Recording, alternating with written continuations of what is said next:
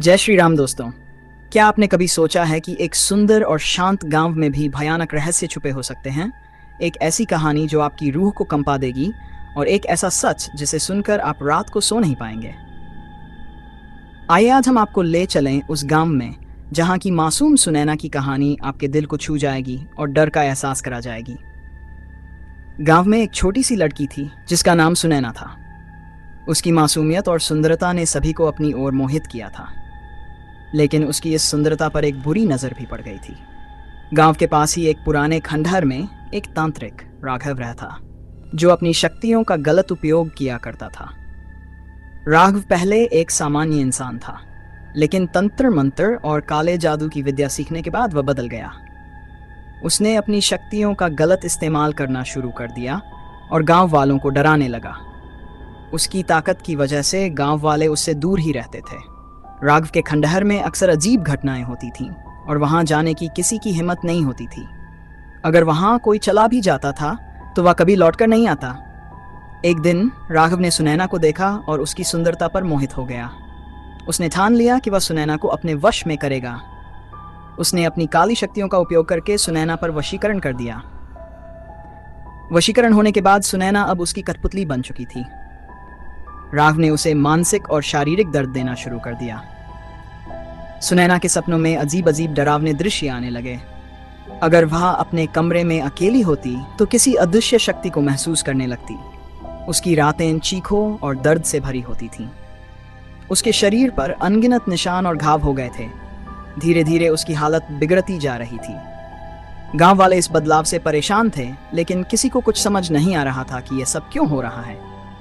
सुनैना के माता पिता ने उसे बचाने की बहुत कोशिश की, लेकिन वे असफल रहे।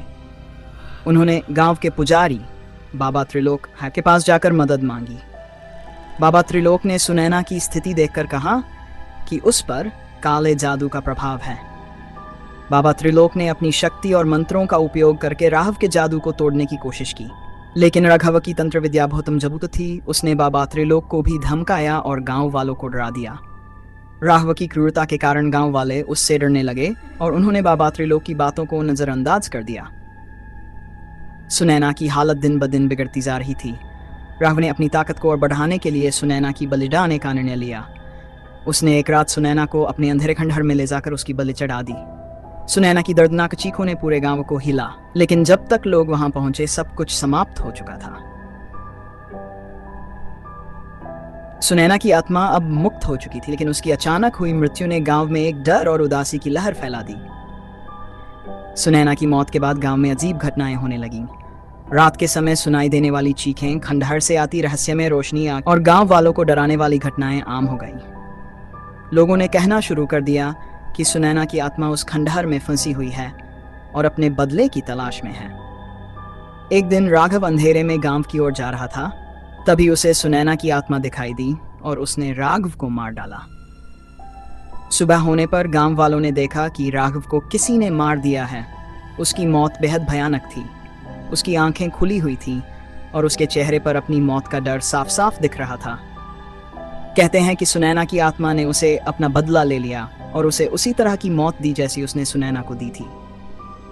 गांव के लोग अब भी सुनैना की कहानी सुनाते हैं और उस खंडहर से दूर रहते हैं, ताकि उनकी मासूम सुनैना की आत्मा को शांति मिल सके। सुनैना की मौत के बाद गांव वालों ने तांत्रिक राघव के खंडहर को हमेशा के लिए बंद कर दिया। वे हर साल सुनैना की याद में एक पूजा का आयोजन करते हैं ताकि उसकी आत्मा को शांति मिल सके। बाबा त्रिलोक ने गांव वालों को सिखाया कि किसी बुरी शक्ति से कैसे बचा जा सकता है। धीरे धीरे गांव वालों ने अपनी पुरानी खुशियां वापस पा लीं, लेकिन सुनैना की दर्दनाक कहानी ने सबको एक सबक सिखाया कि कभी भी किसी बुरी शक्ति के सामने झुकना नहीं चाहिए। तो दोस्तों, ये थी आज की कहानी। अगर आपको ऐसी और कहानियां सुननी हैं तो हमारे चैनल को सब्सक्राइब करें और बेल आइकन को दबाना ना भूलें। अगली बार फिर मिलेंगे एक और डरावनी कहानी के साथ। अभी के लिए अलविदा।